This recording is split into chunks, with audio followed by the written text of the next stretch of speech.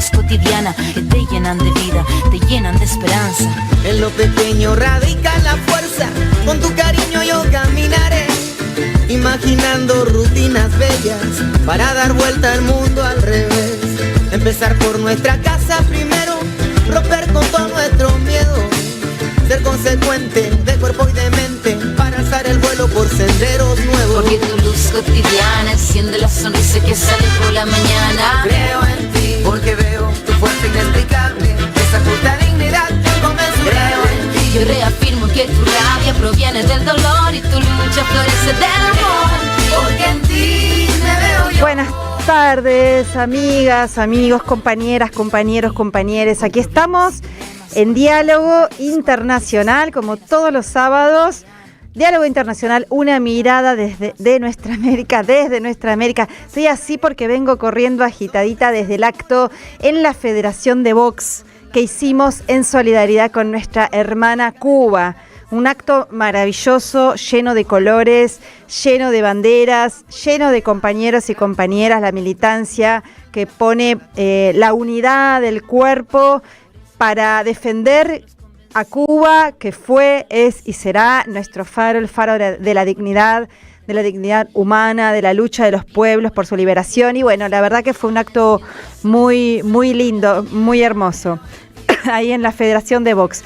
Así que bueno, estamos en nuestro programa 184. Estamos con Atilio desde su casa porque estaba un poco resfriado. ¿Cómo estás, Atilio, querido? ¿Qué tal? ¿Cómo les va? Buenas tardes. Sí, la verdad, más que un poco resfriado, engripado en el grado mínimo, ¿viste? Todo el cuerpo dolorido, en fin. Pero por eso no pude ir al acto, que me hubiera encantado, estar en la radio. Pero bueno, vamos a estar desde acá colaborando, haciendo programas, ¿sí? Claro, sí, por supuesto, va a salir bárbaro, como siempre, intenso, terriblemente intenso, como siempre, con tantas cosas.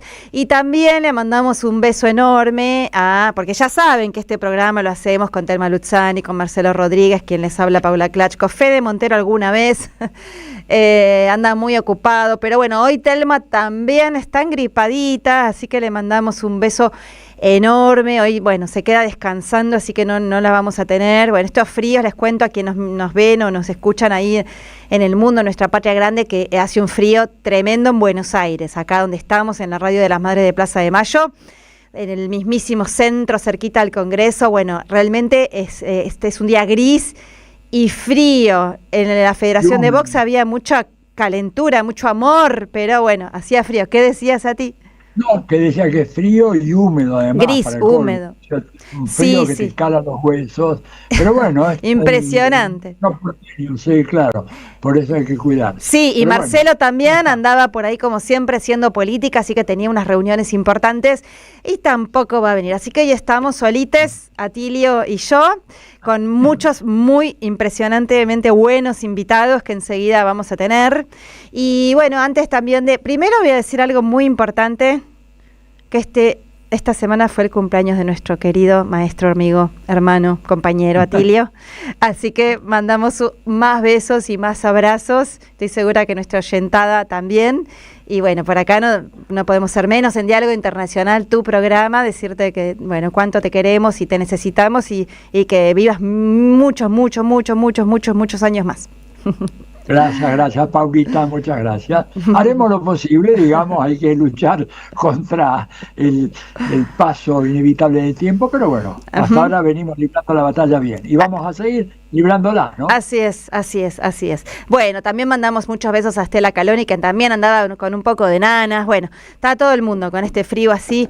Y Atilio, querido, bueno, para ir a noticias o informes o análisis de nuestra región, del mundo, también queríamos hacer empezar este programa comentando que ayer, 3 de julio, se cumplieron ni más ni menos que 6 meses del secuestro, el vil y criminal secuestro de Nicolás Maduro Moros, el presidente constitucional de la República Bolivariana de Venezuela, y su esposa, la primera combatiente, como dignamente lo llaman en Cuba, que además es diputada de la Asamblea Nacional y con una larga trayectoria militante en distintos puestos de combate de la Revolución Bolivariana, Cilia Flores, y que están, bueno, secuestrados ahí en Nueva York, en las mazmorras del imperio, resistiendo dignamente con sus mensajes. Pudimos leer algunos mensajes que a través seguramente de su hijo se publican, de, bueno, por supuesto, de condolencias y de ánimos, de fuerza y unidad para su pueblo tan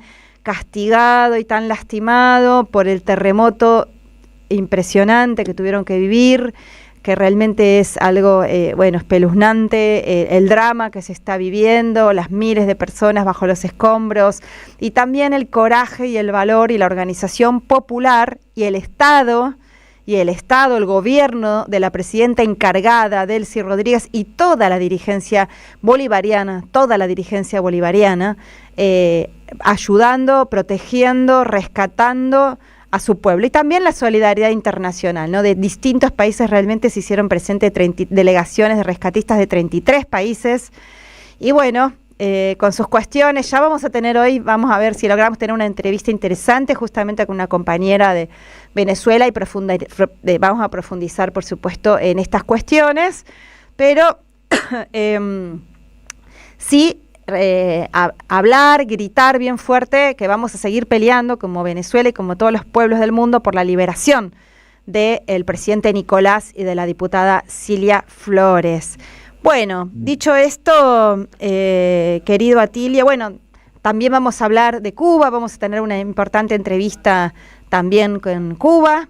En un rato más, venimos ahora del acto, estuvo muy lindo, hablaron distintos representantes de diversas organizaciones, también hablamos nosotras en nombre de la Red de Intelectuales y Artistas en Defensa de la Humanidad, junto con Estela, también se escuchó un audio de ella, y cantaron también nuestros artistas, Paula Ferré, Gabo Siqueiros, y también Manuel Santos Iñurrieta, con una exposición oral hermosa, una interpretación oral hermosa, y después seguía, estaban hablando compañeros de Barrios de Pie, de La Dignidad, por supuesto que abrió el Leonardo Baster, que es el encargado de negocios, el jefe de la misión diplomática de Cuba en Argentina, abrió el acto. Hablaron muchos compañeros y seguían hablando, pero yo me tuve que venir corriendo para acá, así que el acto está, ahí lo pueden buscar en las redes y ver, pero está en marcha. Y bueno, y que en los discursos, también a Juan Marino lo escuché, se hacía mucha referencia a, por supuesto, a la solidaridad que tenemos que tener con nuestra hermana Cuba, asolada, asfixiada por un bloqueo criminal hace más de 60 años, hace un montón, ¿no? Más de 60 y ¿cuántos años? Bueno. 67 años. 67. ¿No? Un bloqueo genocida. 67. Genocida, y además ahora amenazada militarmente todos los días. Es algo impresionante. Ellos y ellas tienen fortaleza y resisten y aguantan a pesar de tanto castigo inmerecido que les hace al pueblo, pero aguantan, resisten. Bueno, vamos a tener una entrevista donde vamos a profundizar los cambios que están tratando de llevar a cabo para resistir esta etapa tan difícil.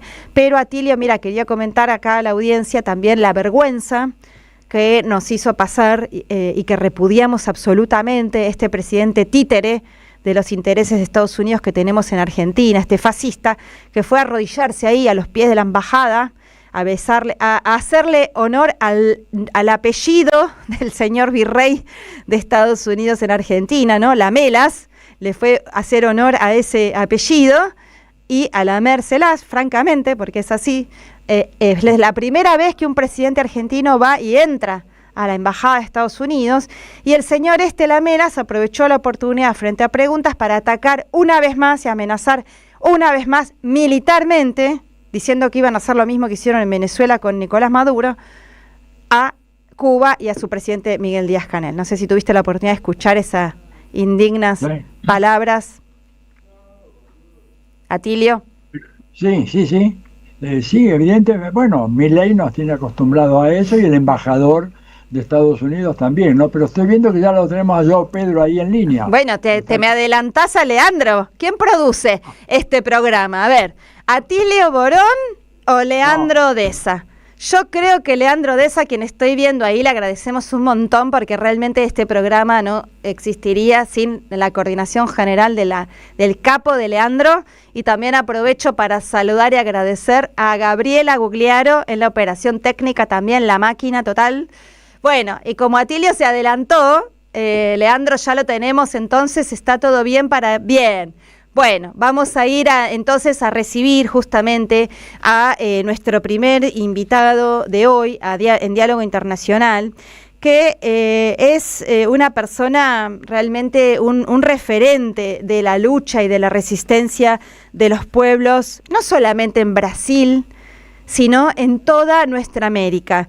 Él es João Pedro Stedile, por supuesto que es un militante, un referente, un dirigente de larga trayectoria política, además es economista brasilero y es referente de esta hermosa organización que es el Movimiento de Trabajadores Rurales Sin Tierra, el MST de Brasil, que además tiene desplegadas sus brigadas solidarias por el mundo. Y bueno, gracias João Pedro, compañero, por atendernos aquí en Diálogo Internacional en la Radio de las Madres de Plaza de Mayo. Te saludamos Atilia Borón y Paula Klachko. ¿Cómo estás? Hola Paula, hola mi amigo Atilio, ¿cómo andas? Cada vez más joven. Sí, claro.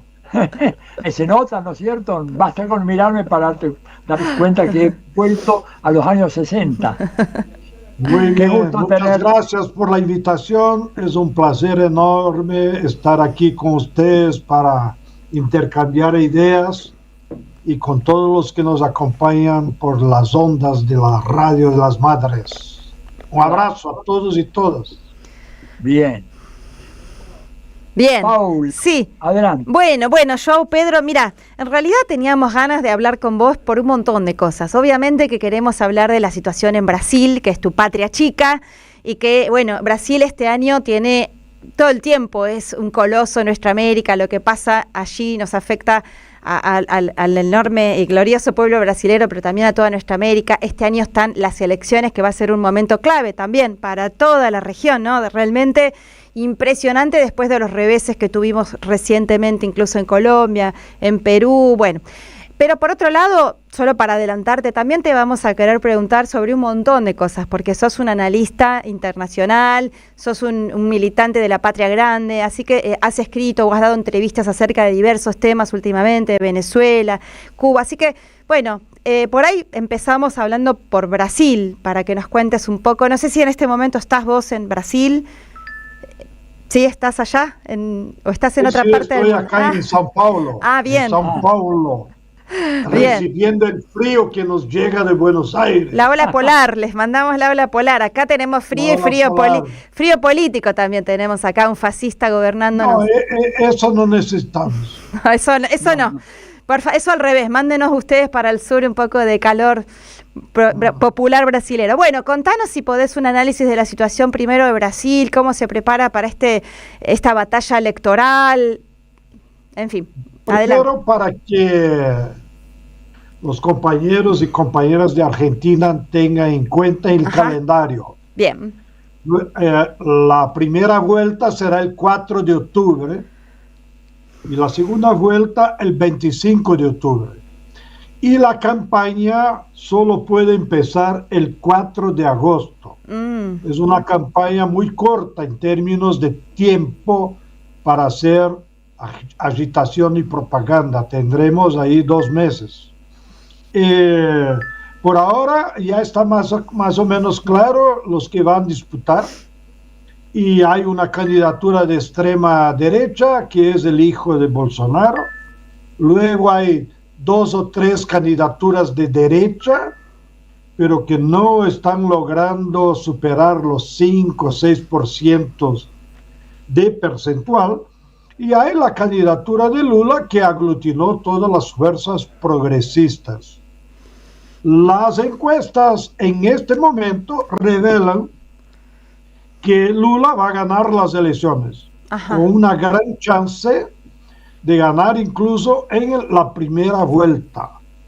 Bueno, entonces hay una especie de esperanza o de ánimo en la militancia para poner más energías en los 2 meses de la campaña para consolidar, digamos así, esa victoria, que es más que una victoria electoral, es una necesidad política, que podamos seguir aislando la extrema derecha en nuestro país, que está completamente subordinada al gobierno Trump.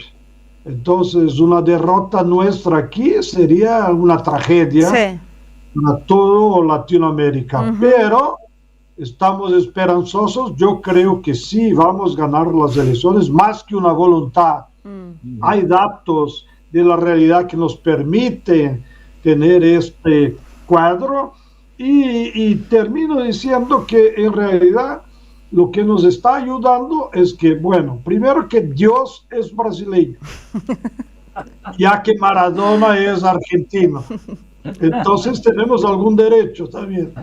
Y él nos protege porque la extrema derecha está dividida. Ajá. Entonces, vamos a ganar las elecciones mucho más por las divisiones de la derecha do que por nuestros méritos propios de un gobierno, digamos, que logró hacer cambios en esos 4 años. En los 4 años que pasaron hemos avanzado muy, muy poco y prácticamente la correlación de fuerzas sociales se mantuvo. Pero, dada la situación de la extrema derecha, que son tontos, radicales, estúpidos como Milei, la burguesía brasileña, el capital financiero, no se arriesga a entrar a un gobierno instable como sería de la extrema derecha. Entonces les conviene más seguir apoyando a Lula. Parte de la burguesía está apoyando a Lula, porque Lula representaría un gobierno de estabilidad económica y política. Claro. Claro. ¿Y cuáles serían esos avances para ver un poco esta situación en Brasil? O digo, ¿retrocesos también hubo o por lo menos hubo pocos avances? Mira, el problema es, estamos aquí con Atilio, que es nuestro experto en Latinoamérica. El problema de nuestros países, que es de todo el continente y quizá de todo el occidente, es que el capitalismo está viviendo una grave crisis sistémica. Y nuestras economías son totalmente dependientes de este capital internacional. De ahí que llegamos a los gobiernos, al Estado, con gobiernos con discursos y voluntad política progresista, pero los espacios para avanzar en ese tiempo de crisis del capitalismo son muy pequeños. Y eso entonces ha restringido la posibilidad de avances. Además que ganamos las elecciones en el 22 con un 2% de diferencia. Claro. Y la correlación de fuerzas en la lucha de clases en el país se mantuvo en este equilibrio. Así que el gobierno no tuvo el coraje suficiente de avanzar o de adoptar políticas más radicales. Siguió intentando llevar, para aprovechar el clima de Copa del Mundo, siguió llevando un partido de 0-0 para después intentar ganar en los penaltis. Eso fue lo que pasó en esos últimos 4 años, en mi lectura, sobre los límites que tuvimos con el gobierno Lula. Bien. Dime una cosa, Joao Pedro, la derecha parece muy, muy dividida ahora en Brasil, ¿no es cierto? Está la candidatura de Flavio, está la de la mujer de Bolsonaro también, me parece, Jair, no sé si no está Tarcísio o algún gobernador. Ahora, ¿no hay un riesgo de que esta gente se unifique ante el peligro que para ellos representa la continuidad del gobierno Lula? Más allá de que, como tú dices, es un gobierno que está apostando al 0-0, ¿no es cierto?, y triunfar finalmente por penales. ¿No hay ese riesgo? Porque en Chile se unificaron, Kast era uno más y de repente cuando vieron de que había un riesgo con la candidata Jara, bueno, se unificaron en torno a Kast. ¿No hay ese riesgo en Brasil? Bueno, me atrevo a hacer un breve comentario sobre Chile. Chile, como tú sabes, tiene una derecha ya clásica, tradicional, que viene desde la década de 30. Entonces, otro perfil, la burguesía y la derecha chilena. Aquí en Brasil, la derecha ya no tiene tampoco un proyecto de desarrollo nacional. El único proyecto que tiene la extrema derecha es colgarse al gobierno Trump, ni siquiera a los demócratas, sino que solamente a los radicales norteamericanos. Y también refuerzo el análisis de que la burguesía brasileña, que está vinculada, claro, con el capital internacional y financiero, pero ella es la que detiene el poder económico, el poder mediático, el poder de dinero de financiar las campañas. Y en el momento que la burguesía dice, no, ya no voy con la extrema derecha, ya se aísla de Bolsonaro. O sea, ella quita una posibilidad grande de ellos poder vencer. Y ante esa falta de apoyo concreto de la burguesía, es evidente, como en cualquier situación, los personajes que disputan el discurso de extrema derecha se dividieron, ¿no? Porque no tienen proyecto y no tienen un financiamiento común de la burguesía, eso le quita posibilidades de ganar. Y por eso que aparecen todas esas tonterías. Michelle no es candidata, pero siendo primera dama del fascista que está en la cárcel, ella se albora el derecho de dar su opinión y ella está peleada con los hijos de Bolsonaro. Entonces son peleas familiares, pero que repercuten también.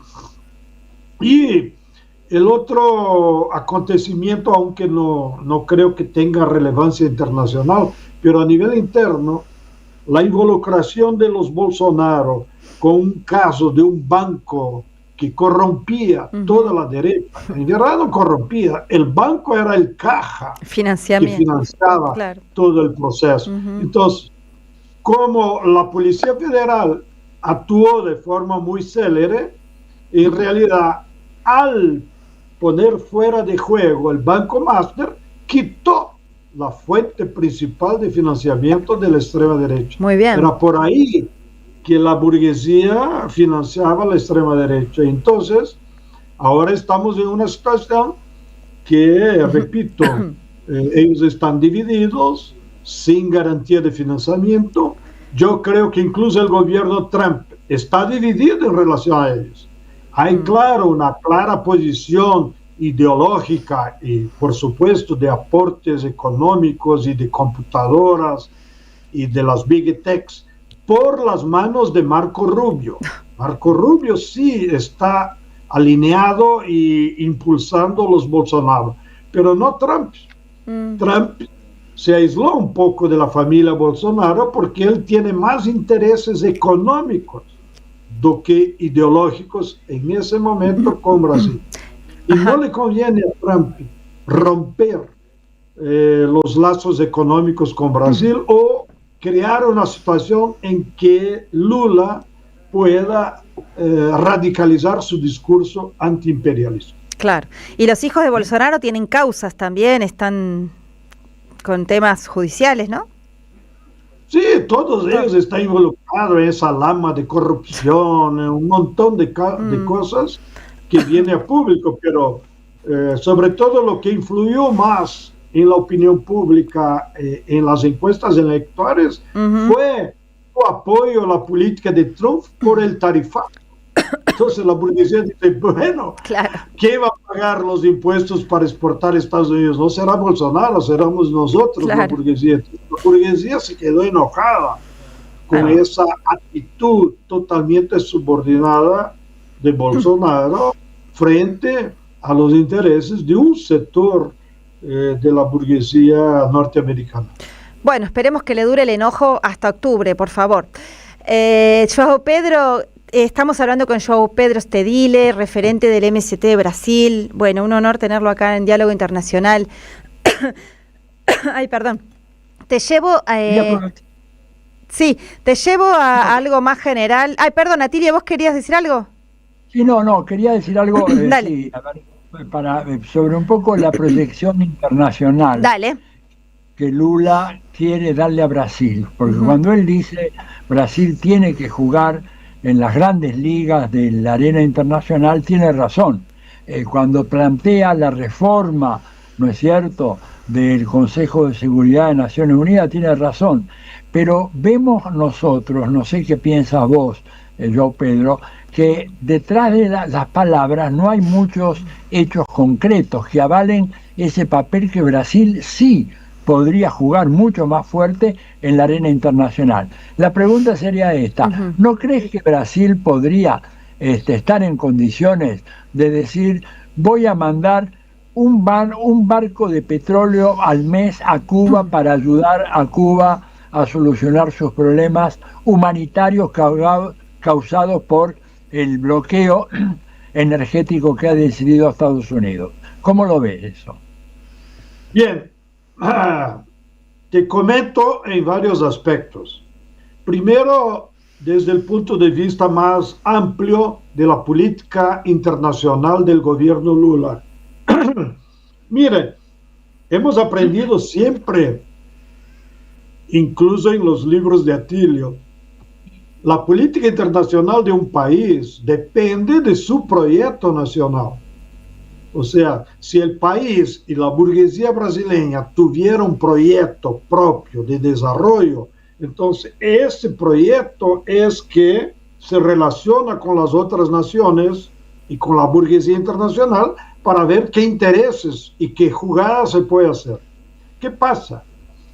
Brasil no tiene un proyecto de desarrollo nacional, ni por la burguesía brasileña, que está totalmente subordinada al capital internacional, ni la izquierda brasileña tiene un proyecto de desarrollo nacional. Entonces nos hace falta un proyecto.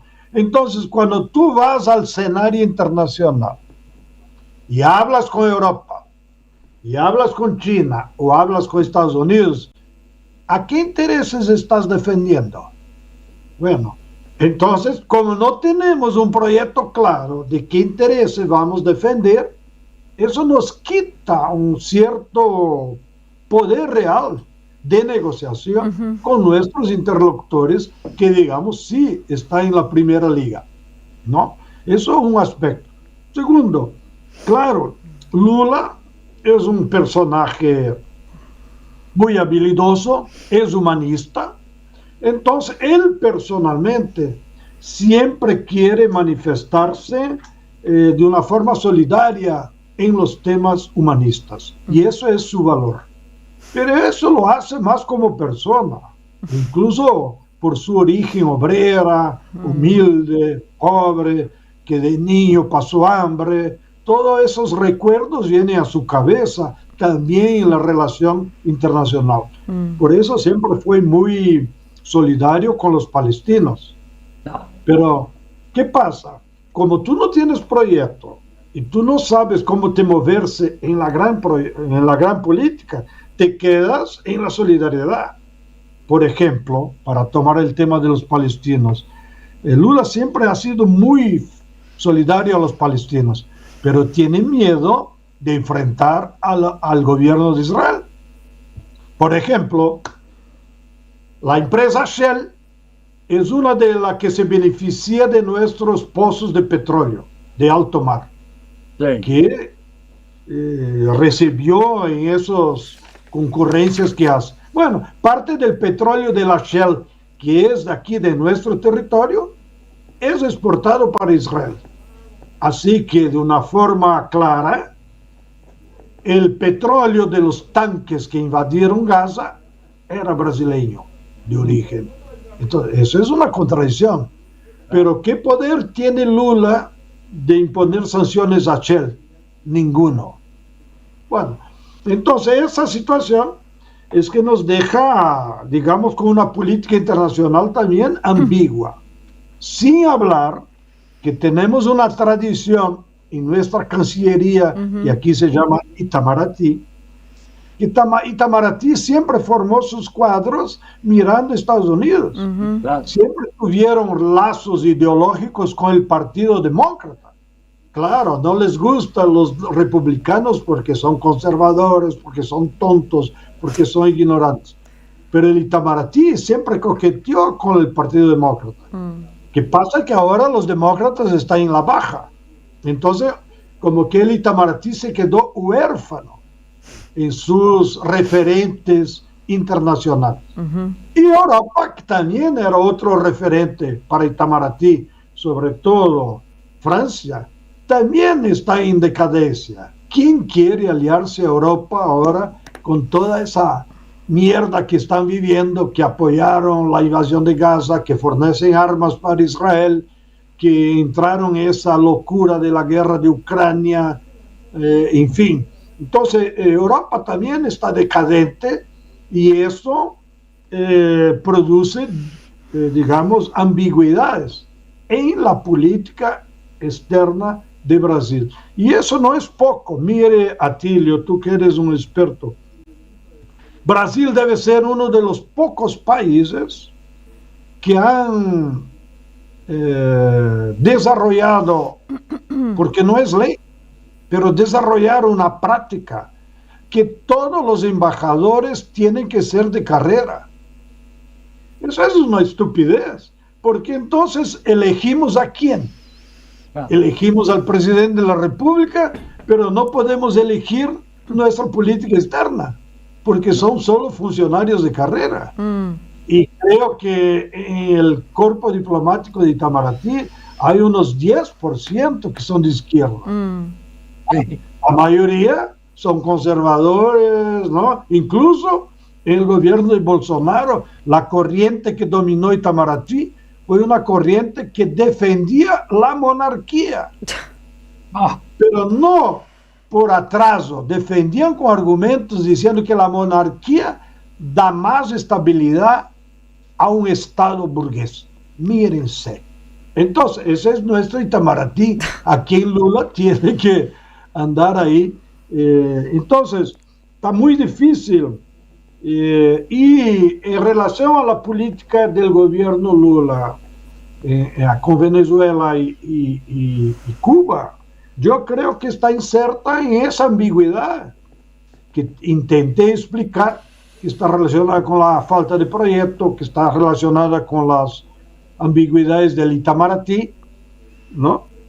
Entonces Lula se manifiesta favorablemente a ser solidario a Cuba, incluso porque tiene deudas políticas, y a Venezuela también, pero no tiene la fuerza suficiente o la voluntad de arriesgar un apoyo más concreto. Entonces, les comento, eso no es secreto, porque nos pidió ahí en una delegación que estuvimos en Cuba en marzo. Cuba puede, además de las sanciones y del bloqueo, comprar petróleo desde que sea por una empresa privada cubana. Y ellos tienen recursos para pagar. Entonces me encargaron de hablar aquí en Brasil para ver si Petrobras no puede vender gasolina y diésel. Claro. Lo único que me pidieron es que no puede ser petróleo crudo, porque las refinerías están malas. Entonces tiene que llegar gasolina y el diésel. Bueno, y van a pagar. Y entonces eso demandaría a que Lula ordenara. Y Lula... Como hizo Claudia Sheinbaum. Petrobras, vayan, lleven un barco ahí, como dice Atilio, de petróleo, de combustible, digamos, a Cuba. Pero ¿qué pasa? Los burócratas de Petrobras dicen, no podemos ir, porque más adelante los gringos pueden nos sancionar, dependemos de algunos repuestos, algunas piezas, que depende de la tecnología gringa de petróleo, y podemos tener problemas más adelante. Y con eso no fue el barco. No. Entonces, ya ven cómo es la situación. Difícil. Bueno, ahora con Venezuela, como hay 72 países que están involucrados en ayuda material, ahí yo creo que dio una seguridad, ¿no?, para el gobierno Lula de adelantar un poco el paso, y estamos satisfechos, digamos, porque prácticamente todos los días salen de aquí aviones que van con algún tipo de ayuda para Venezuela, y por primera vez, creo, desde las elecciones de Maduro, Lula llamó a Delcy, tomó la iniciativa, habló, le felicitó. Entonces, de cierta forma se reataron lazos políticos, ideológicos, que el gobierno brasileño había rompido en aquella tontería de dudar si las elecciones de Maduro habían sido limpias o no. Terrible. Que fue una mierda cometida por el Itamaraty, porque yo acompañé de cerca. Ese mismo Itamaraty no tuvo duda al otro día de reconocer las elecciones de Ecuador, que hasta las piedras saben que fueron robadas, o las elecciones de Honduras, que fueron robadas, y ahora las elecciones de Perú. Brasil fue uno de los primeros países que reconoció a Kiko como la presidenta legítima del pueblo. Con el fraude y todo. Esas son nuestras macelas de nuestra política institucional en un ambiente que nosotros también. Entonces no quiero poner toda la culpa en las dificultades del gobierno Lula. Es una situación parecida con ustedes, me permiten. Lo que pasa es que la izquierda está en decencia del movimiento de masa. Entonces la izquierda también no tiene capacidad de movilización, de solidaridad, de activismo, que pueda ella misma se manifestar solidaria con Cuba y Venezuela, y ella misma tensionar el gobierno para que sea más actuante en la solidaridad con esos dos pueblos. Bien. João Pedro, y ya que, bueno, mencionaste petróleo, Venezuela, y bueno, estás introduciéndote también en la realidad regional, también hubo algunas entrevistas y artículos que vos estabas afirmando, o la pregunta, ¿no? ¿Por qué hay que defender a Venezuela? Y bueno, queremos abordar ese asunto, porque tú sabes que la guerra cognitiva que se arreció después de los bombardeos del 3 de enero, también han penetrado incluso nuestras propias filas. Ya venían penetrando, como tú dijiste, después de las elecciones de julio del 24, ya había una confusión producto del éxito del enemigo en confundir a la propia militancia popular, y bueno, y con el 3 de enero también esa guerra cognitiva nos penetró. Algunas hablan de protectorado, algunos y otras hablan de traición, entrega, etcétera, etcétera. Bueno, queremos saber tu opinión y hacerte esa pregunta nuevamente aquí en la radio de las Madres de Plaza de Mayo, tan amigas de Venezuela. ¿Por qué hay que defender a Venezuela? ¿Y cuál es tu análisis al respecto de la situación, ¿no? Más allá de la dureza y terrible realidad actual del terremoto. Ustedes han acompañado, y toda la izquierda seria que tenemos en el continente es testimonio de que se está impulsando hace 20 años una guerra híbrida contra Venezuela. Que un autor ahí, creo que es de Inglaterra, describió ahí un libro a partir de los documentos oficiales de las Fuerzas Armadas gringas, donde ellos ponen sobre la mesa las más diferentes tácticas para derrotar un pueblo y un gobierno sin necesariamente hacer una invasión con marines. Esa sería la última. Entonces, Venezuela sufrió en esos 20 años todo tipo de agresiones. Bloqueo, secuestro del oro. Inglaterra secuestró 500 kilos de oro. ¿Dónde está Inglaterra con su democracia? ¿No? Entregaron las reservas en dólar, que tenían muchos dólares en Nueva York, miles, por las relaciones de PDVSA, a Guaidó, que él se las robó. ¿no? Dios mío, En fin, las refinerías. hay un montón de ejemplos de esa guerra híbrida. Bueno, y al final hicieron ese ataque militar, secuestraron a Maduro, mataron a más de 120 soldados, 32 de Cuba y otros de Venezuela. Y, o sea, fue una derrota militar gravísima para Venezuela, para las Fuerzas Armadas Bolivarianas y para nosotros. Bueno, entonces ese es el escenario. Y frente a esa derrota que ellos sufrieron, que fue una derrota militar, incluso he escuchado testimonios ahí, que por primera vez ellos utilizaron armas que parece cosa de la guerra de estrellas, porque son armas que utilizaban rayo láser y sonido, sí. destruían las personas. No es que mataba solo, destruía el cuerpo. Dios. Tanto es que los 32 soldados y oficiales cubanos que fueron asesinados ahí en combate, no se pudo organizar sus cuerpos. Ay, Dios. Porque fueron destruidos por esas armas modernas. Después me dijeron que Israel también está utilizando ese tipo de armas ahí en Gaza y en Irán. Bueno, entonces son armas potentísimas que no se tenía conocimiento y que ellos utilizaron con Venezuela, además de todo aquel equipaje que sacaron del aire internet. Los generales venezolanos no tenían cómo comunicarse, ¿no? Porque su celular, porque el satélite, todo estaba bloqueado. Entonces llevaron horas para descubrir que Maduro había sido secuestrado y cuántos habían morido, cuántos no sabían, porque se frenó toda comunicación.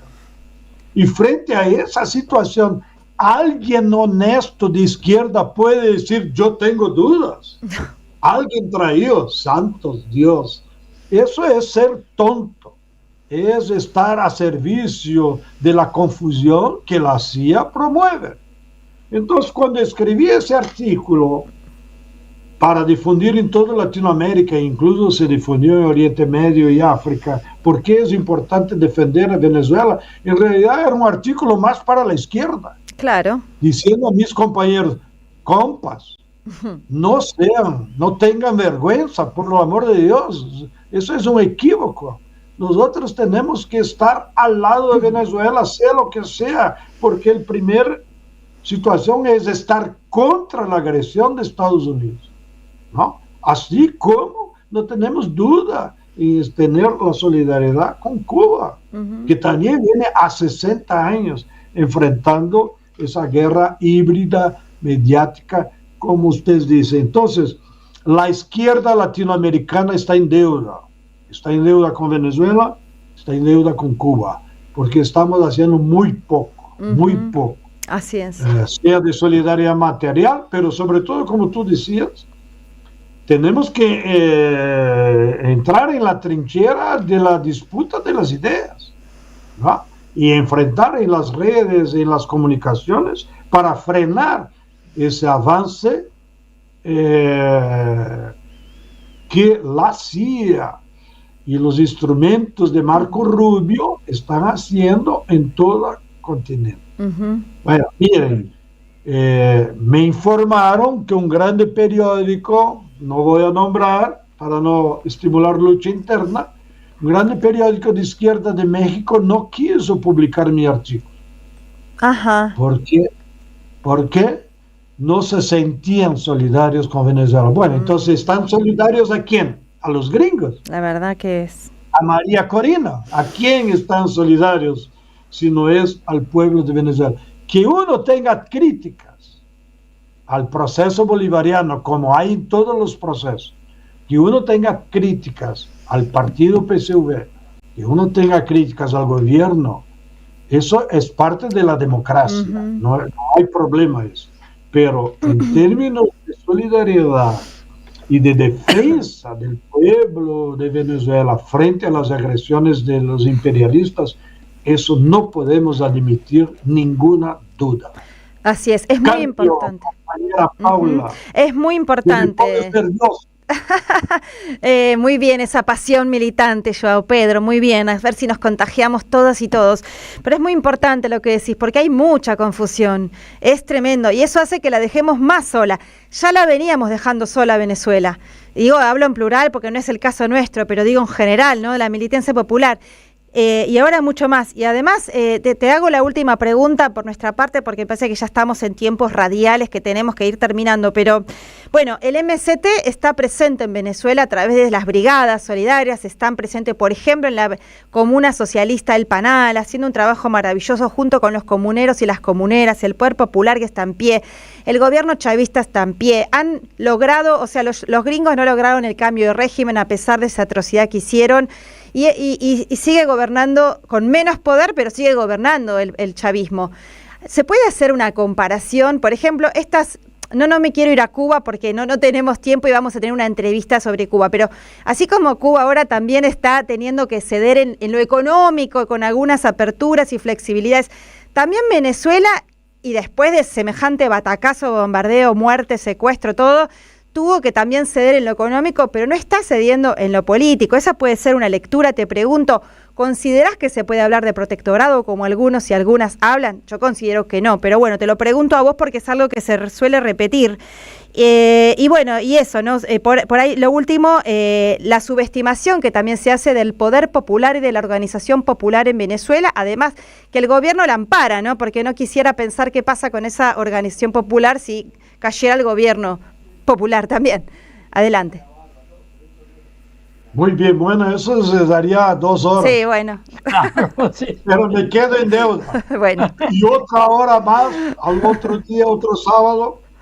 Dale, un poquito y la seguimos otro día. Bien, yo creo que los cambios mayores que están ocurriendo en Venezuela, en Cuba, son de política económica. Claro. Es verdad, los dos gobiernos tuvieron que recuar, ¿no?, en su programa, en su proceso, para abrirse más a inversiones extranjeras. Porque de hecho, el ahorro nacional, y nos hace falta la Unión Soviética, y nos hace falta el capital chino, que no viene, y entonces, mira, ni Unión Soviética, ni China, ni el ahorro nacional, que el ahorro nacional es la capacidad de un pueblo ahorrar tiempo de trabajo y invertirlo, ¿no? Entonces, como no hay esas 3 condiciones, tanto en Cuba como en Venezuela, los gobiernos, yo creo que sabiamente tuvieron que recuar y hacer cambios económicos que permitieran traer capital para hacer inversiones productivas que logren impulsar un crecimiento económico, pero no cualquier crecimiento económico, sino que, en el caso de Venezuela, reactivar la producción de petróleo, que es la principal fuente de riqueza de ellos, y en el caso de Cuba, mejorar las condiciones de vida de la población. Entonces, Atilio es el especialista ahí de la NEP y de lo que Lenin hizo en Rusia. Yo creo que podríamos ahí compararse. Fue el mismo paso atrás que los bolcheviques tuvieron que dar para garantizar la revolución rusa, ganar tiempo, invertir en áreas estratégicas, como ellos hicieron allá, y ganar tiempo aquí. Esos son los cambios principales que están ocurriendo en Cuba y Venezuela. Y yo creo que hay una izquierda sectaria que no acepta, pero yo creo que es necesario. Sin esos cambios económicos, difícilmente ellos lograrían mantener el apoyo popular. Porque si tú no resuelves los problemas económicos, la gente se va a alzar día más, día menos. Ahora, en lo político no veo que haya ningún cambio en la línea política. Cuba tiene un partido con una experiencia revolucionaria de casi 70 años, o sea, no es jovencitos que están ahí disputando elecciones, ¿no? Son todos como Atilio, ¿no? Jovencitos. Muchos kilómetros, como decimos aquí. Y en Venezuela es cierto que el partido no tiene tanta experiencia revolucionaria, pero Es cierto también que en Venezuela, como tú has comentado, ellos han impulsado muchas organizaciones populares. Entonces, en realidad, la diferencia entre Cuba y Venezuela, en mi opinión, es que lo que da la unidad ideológica en Cuba es el partido y sus organizaciones de masa. Y en Venezuela lo que da la fuerza política son las Fuerzas Armadas y las organizaciones populares, como son las comunas y otras formas de organización, que de hecho son las que están ahí ayudando incluso frente al terremoto y todas las consecuencias. Si fuera solo el Estado, no tendría fuerza suficiente para ayudar a la gente. Entonces las comunas, la gente está organizada y salvaron millares de personas con su solidaridad. Claro que yo creo, para no decir que me afasté del tema, que en el caso de Venezuela hubo un recuo también ideológico, que también puede ser bueno, porque ellos estábamos acostumbrados con una retórica muy antiimperialista, de un falso radicalismo, diría yo. Y esa retórica fue derrotada, ¿no? Porque hubo una derrota militar. Entonces yo creo que ahora, en términos más realistas, el gobierno y las fuerzas populares de Venezuela están adoptando una línea ideológica de menos retórica y más organización popular. Excelente. O nos organizamos o aquí nadie se salvará. Como yo he escuchado varios de ellos en las muchas reuniones que participo virtuales, ¿no? Solo el pueblo salvará al pueblo. Poco es la síntesis, ¿no? O nos organizamos o no habrá discurso suficiente que nos salve. Entonces, eso sí es una adecuación que está ocurriendo, que yo veo como positiva incluso, ¿no?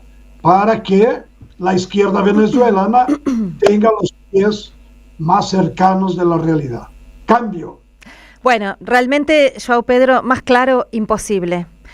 Creo que es muy importante tu análisis, tu palabra, echa mucha claridad, militante y analítica, que necesitamos mucho. Así que muy agradecidos y agradecidas en Diálogo Internacional por tu participación. Y bueno, la seguiremos, porque quedaron ahí muchas cosas más. Muchas gracias, João Pedro. Y lo que sí, no va a haber ninguna censura. Vamos a sacar esta intervención tuya. Ya en un rato más va a estar en la red circulando por todas partes, porque ha sido realmente muy didáctica y muy necesaria. Así que te mando un gran abrazo, gran abrazo, y seguiremos en contacto contigo. Muchas gracias a ustedes. Ya saben, tienen un soldado aquí. Ya me considero un corresponsal de la Radio Madres en São Paulo, Brasil, y por qué no decir en el mundo. Excelente. Chao. Muchas gracias por el espacio. Abrazo grande. Chao.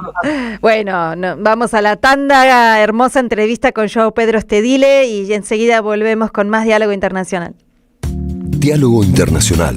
Atilio Borón y un gran equipo analizan la cuestión latinoamericana en primera persona. Diálogo Internacional. Los sábados a las 18 en AM530. Somos Radio. Prendida a la magia de los caminos, hay una radio que nunca se apaga.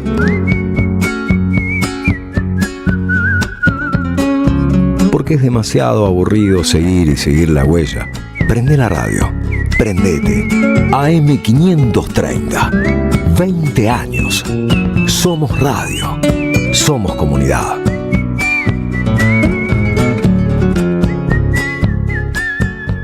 Alimentos cooperativos. Producción y comercialización de productos cooperativos y de agricultura familiar.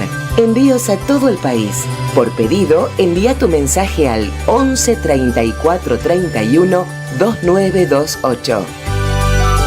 Seguinos en Instagram como @alimentos cooperativos. El sabor que te acompaña es Café Bantú.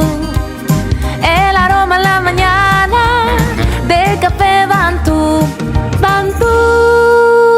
¡Seamos libres! ¡Que lo demás no importa nada! Carlos Polimeni presenta La Patria no se vende. ¡Viva Patria! ¡Viva! En el Día de la Independencia y cumpleaños de la gran Mercedes Sosa, el espectáculo de Radio Café Concert realiza un viaje audiovisual por nuestra historia política, poética y musical. Homenajeamos las voces que hicieron grande a la Argentina. Mercedes Sosa, Diego Maradona. ¿Cómo no lo voy a defender? Si nosotros tenemos que ser muy cagones para no defender a los jubilados. Evita, Eve. Que la lucha por la independencia, que la lucha por la patria empieza cada mañana cuando nos despertamos. Rodolfo Walsh y muchos más. Entradas por Passline.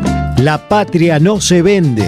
Con Carlos Polimeni. Jueves 9 de julio a las 20 en La Carbonera. Carlos Calvo 299 San Telmo. Invitados especiales. Tata Cedrón, Esteban Morgado y Pola Gravinsky. La patria se Produce Don Narciso. Auspicia AM530 Somos Radio. Diálogo Internacional. Hasta las 20 en AM530. Somos Radio.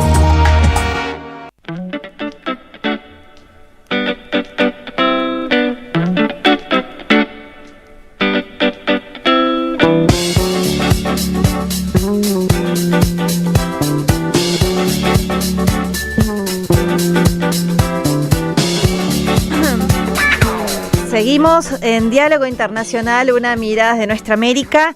Y vamos, bueno, la entrevista interesantísima, pero me olvidé de decirle el sorteo que tenemos para esta semana al empezar el programa, así que lo decimos ahora. Vamos a sortear el libro Espiados.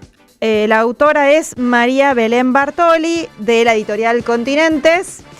Y quien gane, escriban al 11 3200 0530 por WhatsApp, y quien gane el sorteo va a pasar a retirar el libro por la librería Badaraco, que queda en la avenida Entre Ríos 921 de la ciudad de Buenos Aires. Bueno, dicho esto, y con la vorágine de este programa, ya nos vamos al otro entrevistado que tenemos hoy. Hoy, ustedes saben, es 4 de julio, ayer fue 3, hablamos de los 6 meses del secuestro de Maduro, hoy es 4, por eso se hizo hoy el acto también en defensa de Cuba, 4 de julio, que es una fecha simbólica porque es 250 años de la independencia de las 13 colonias de América del Norte respecto del Reino Unido de Gran Bretaña. En 1776, y bueno, ustedes saben que lamentablemente podría haberse vuelto un lugar amistoso para los pueblos del mundo y de nuestra América, pero no fue así. Pero para ver cómo se vive esta conmemoración en las mismas entrañas del monstruo, como decía José Martí, en Estados Unidos, estamos comunicadas con Jorge Mahfoud. Él es novelista, ensayista y profesor universitario uruguayo. Escribe excelentes notas en Página 12, recomendamos. Y bueno, te saludamos entonces, Jorge, desde Argentina. Atilio Borón y Paula Klachko, ¿cómo estás? ¿Cómo estás, Paula? Un abrazo, Atilio, también. Por favor, gracias por estar. A ver, Atilio, ¿se te escucha un poco bajito? Hola, Jorge. Un poquito bajito se te escucha. Jorge, ¿estás en Estados Unidos vos? Sí, en Jacksonville University, al norte de Florida. ¿Me escuchás bien a mí ahora? No sé, en la radio, a ver, bueno. Jorge, ¿lo escuchás a Atilio? A Atilio no lo escucho, te escucho vos muy bien. No lo escuchas, no. Bueno, comenzamos mientras Leandro y Gabriel van arreglando el sonido de Atilio. Bueno, Jorge, entonces estás vos radicado en Estados Unidos y bueno, queríamos escuchar entonces tu análisis de cómo se vive en Estados Unidos esta fecha, este 4 de julio, estos 250 años. Bueno, ¿cuál es el ambiente, cuál es el clima en este momento? Político, por supuesto. En general, sí, claro. En general de mucha frustración. Y esto no lo digo simplemente por ser o por tener una mirada crítica a las políticas imperiales y conservadoras aquí en Estados Unidos, sino se puede demostrar objetivamente. Todos los eventos organizados con mucho dinero, mal organizados como todos los eventos. A ver, te interrumpo un segundito, Jorge, te interrumpo un segundito para explicarle, porque Atilio está hablando y no. A ti, por favor, perdón, que Jorge no te escuche y Jorge está hablando, pero vos tampoco lo escuchás a Jorge. Entonces se están superponiendo. Y yo incluso te escucho muy bajito. Lo seguimos escuchando a Jorge y mientras... Visión crítica, antiimperialista y contraria a todas las políticas, la mayoría... yo diría todas, pero no encuentro ninguna política de Donald Trump que sea rescatable. Pero claro, esa es una posición política e ideológica personal. Pero desde el punto de vista objetivo, podemos ver que todos los eventos para festejar los grandes 250 años han sido fiascos totales. Si recuerdan el desfile militar que hubo el año pasado, que también fue daba vergüenza ajena aquello, ustedes lo recordarán. Ni siquiera los mismos militares, que parece que tenían ahí, me pareció una ceremonia de una república bananera. Pero aparte de eso, que la organización ha sido pésima, con el único objetivo de celebrar a Nerón y con el resultado contrario de resaltarlo como un personaje y como un escenario ridículo totalmente. Lo mismo está pasando en este momento. Todos los eventos, incluso musicales, incluso cerca de la Casa Blanca, no tienen público. Ni siquiera quienes apoyan a Donald Trump, ni siquiera la secta de magas está asistiendo a esos eventos, lo cual demuestra el ánimo hasta de la base militante de los magas. ¿Y cómo pone, no sé, no puedo no pensar en noviembre, ¿no? En las elecciones de medio término, ¿qué relación hay? Porque vos estás diciendo que ni siquiera está la propia supuesta base social, política del trumpismo, MAGA hay problemas, se hicieron públicos, por ejemplo, respecto de Palestina. ¿Cómo ves, cómo relacionas? ¿Me estás escuchando, Jorge? ¿Hola? Se cortó, pero te escucho de nuevo. Sí. Bueno, decía, ¿cómo relacionás este clima de frustración, de poco público, de las rupturas dentro de MAGA que salieron al aire al público con la cuestión de Palestina? ¿Cómo lo relacionás con las elecciones que se vienen ahora de medio término en noviembre? Ya hace mucho tiempo, ya podemos decir que un par de años, casi, de que esto es bastante previsible.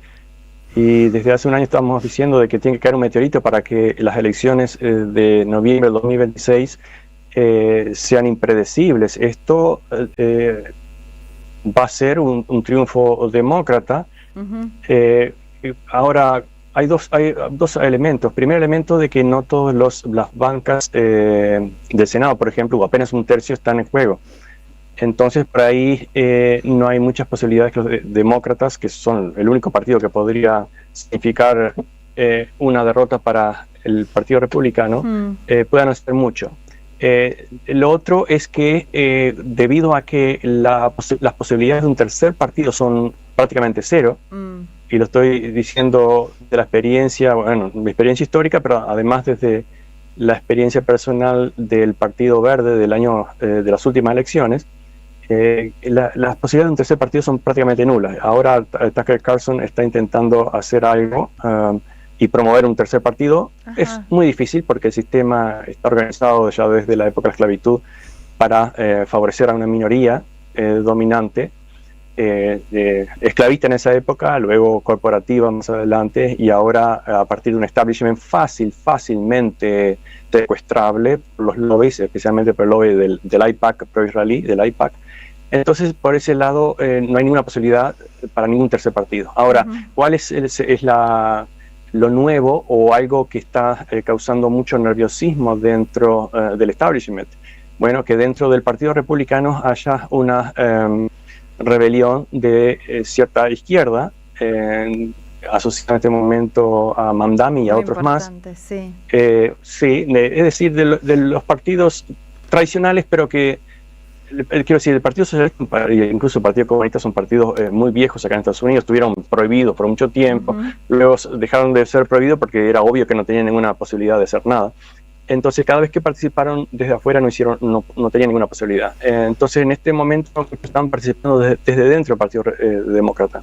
Y eso provocó un gran nerviosismo y una gran reacción del establishment demócrata. Entre ellos, como mencionas lo de Palestina, el grupo del AIPAC, que son los que compran los dos partidos, es decir, los dos únicos posibles partidos. Entonces dice que en Cuba que no hay posibilidades de un cambio, bueno, acá tampoco. Son esos dos, elige lo que quieras y nosotros los compramos porque el sistema permite comprar partidos y candidatos a través de cientos de millones de dólares. Pero se está dando una novedad, rebelión de una izquierda que ha rechazado todo dinero del AIPAC, todo dinero del lobby pro-israelí, por lo cual, y además, por si eso fuera poco, han ganado todas las elecciones locales, desde Nueva York hasta Colorado, etcétera, la han ganado, lo cual ha puesto muy, muy nerviosos al establishment, no solo demócrata, sino al establishment de toda la política estadounidense. Y qué importante lo que decís. No sé si Atilio está ahora conectado y si quiere hacerte alguna pregunta. Sí, no, muy interesante. Y gracias, Jorge, porque de verdad iluminás un poco este tema. Ahora, para el público no muy especializado, ¿verdad? ¿Por qué no explicás brevemente lo que es el AIPAC? Bueno, se me fue Atilio, pero creo que me pregunta sobre lo que es el AIPAC, ¿verdad, Paula? Sí, exactamente, sí, eso. Bien, bueno, ustedes saben que los lobby es una profesión y un negocio ultramillonario. Hay gente que se dedica a eso como carrera en Washington, es decir, a presionar políticos desde los pasillos, desde las oficinas, desde todos los lugares en Washington, en el Capitolio. Y el más poderoso de todos, no solamente con recursos de dinero, porque es un ciclo, se reciclan dólares de esa forma, es decir, un lobby pone dinero, los senadores, los congresistas aprueban determinadas leyes que favorecen a determinados grupos o que dan a determinados países, como Israel en este caso, que no son millones de dólares, son miles de millones de dólares, y eso se vuelve otra vez a financiar esos lobbies que a su vez vuelven a presionar. Es un negocio redondo, es un ciclo vicioso totalmente. No es el único lobby que existe en Washington, pero sí es el más poderoso y el más temido históricamente. Está también el lobby de los cubanos, que en los 80 fue creado a imagen y semejanza del lobby pro-israelí. Ellos mismos lo dijeron. Entonces, básicamente el AIPAC es el lobby pro-israelí que hasta el año pasado, recuerdo leer en sus páginas web y en otros lugares, que se jactaban de que no existía ningún político que podía tener alguna posibilidad de ganar ninguna elección si no tenía la aprobación y si no tenía el apoyo, las donaciones del lobby del AIPAC. Ellos mismos lo decían, no es una opinión. Y si veíamos noticias, lo decían poco después de que algunos de sus protegidos ganaban y algunos de sus críticos perdían, como en Oklahoma, recuerdo el año pasado, etcétera. Es decir, desde las elecciones locales hasta las elecciones nacionales. Entonces, hay no solamente un apoyo de muchísimo dinero, pero más allá del dinero estaba la extorsión moral, la extorsión civil de poder calificar o de determinar la muerte civil y sobre todo la muerte política de cualquier candidato si no estaban a su favor, si no eran obedientes, si no recibían su ayuda. Eso era más que obvio, es decir, no solamente era poder político, sino mediático y una extorsión moral o civil insostenible por muchos. Ahora, ¿qué pasa? Eso comenzó a destruirse o a degradarse con el genocidio en Gaza. La opinión del pueblo estadounidense, sobre todo empezó con la juventud, ya se estaba inclinando hacia sus simpatías o sus apoyos a los palestinos antes del 7 de octubre del 2023. Y yo insisto que eso es porque no tengo documentos ni datos, simplemente puede ser una especulación, pero no sería absurdo pensar de que todo lo que ocurrió después tuvo cierta conexión a ese miedo de que la opinión pública estadounidense podría cambiar desde el cambio de la juventud. Todo ese genocidio o ese ataque o autoataque de falsa bandera, que es algo tan común en la historia, más que común es una norma, pero en fin, repito, no tengo los documentos, pero sí hay muchos indicios, no revirtió esa tendencia, sino que la profundizó. Entonces, el quiebre narrativo, la aclaración de que, por ejemplo, antisemitismo y antisionismo son dos cosas totalmente distintas, cosa que hasta hace antes no. Algunos años siempre fue obvio, pero hasta hace algunos años la gente lo tomaba by default como la misma cosa, y el miedo, especialmente ahí en Buenos Aires, era un miedo mortal, visceral, dejaba blancos a cualquiera, y tenían by default o por defecto el apoyo incondicional de cualquier crimen, de cualquier matanza, de cualquier ataque, de cualquier opinión. Eso se destruyó, eso se desarmó y gradualmente ya no está funcionando desde hace un buen tiempo, y la opinión pública, también hay en Argentina, pero especialmente comenzó en Estados Unidos, se está dando vuelta, y eso no lo arregla con ningún millón de dólares, ni cientos ni miles de millones de dólares. Entonces, ¿cuál ha sido la solución? Bueno, lo dijo Netanyahu claramente hace el año pasado. Estamos perdiendo totalmente esa batalla. Lo que hay que hacer ahí es actuar en los medios tecnológicos. ¿Y quiénes son los dueños de las grandes tecnológicas en este momento? Bueno, ya sabemos quiénes son. O quiénes son, o cuáles son sus ideas a favor, claramente, del sionismo internacional, claramente a favor de la oligarquía internacional, que considera que el resto de la humanidad son seres descartables. Y entonces tienen el derecho y hasta la obligación, y conozco a algunos personalmente, de intervenir en cualquier país, porque eso es para bien, ya ni siquiera de la humanidad, porque ese era el viejo discurso, para el bien de Occidente. ¿Quiénes son Occidente? Aquellos son los elegidos. Elegidos ya sea por religión, elegidos por raza, como en la época de los nazis, elegidos por clase social, no importa, es ganar, ganar y ganar. Y Trump encarna perfectamente todo eso desde un punto de vista profundamente corrupto, desde la corrupción económica hasta la corrupción sexual y moral. Entonces, eso es el plan B que tienen. Bueno, ya no podemos conquistar a la opinión pública, hagamos que tengan miedo. Claro. Jorge, muy interesante tu reflexión. La verdad que nos quedaríamos un montón de tiempo, pero no lo tenemos en la radio. Vamos a volver a entrevistarte otro día. Te hago la última preguntita por ahí, para si la puedes contestar un poco rápidamente, discúlpame. Pero entonces, con todo este panorama, y agrego también a lo que dijiste recién, cómo Israel, para analizar en otro momento, ¿no? Cómo se está metiendo en las elecciones en América Latina, ¿no? También a través de sus tecnologías. Pero, renglón aparte, para terminar, te pregunto, esto que parecía bastante esperanzador que comentaste, que estamos viendo los resultados electorales, de cómo, la pregunta es, los demócratas, el Partido Demócrata se está izquierdizando. ¿Podemos hablar de que crece cierto antiimperialismo dentro de Estados Unidos? Hay una rebelión naciente.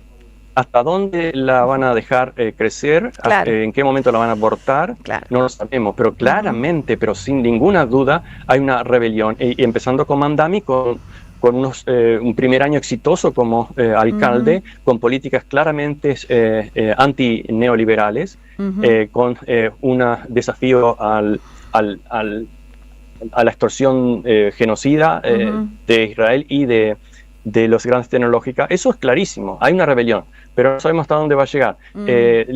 Podemos pensar que la juventud no va a cambiar en un 100% su opinión, podrá cambiar en un 10-20%, pero va a haber una clara consecuencia en las elecciones de este año y sobre todo en las elecciones del año 32, me parece, el 2032. Wow. Eso me parece que es irreparable para el establishment.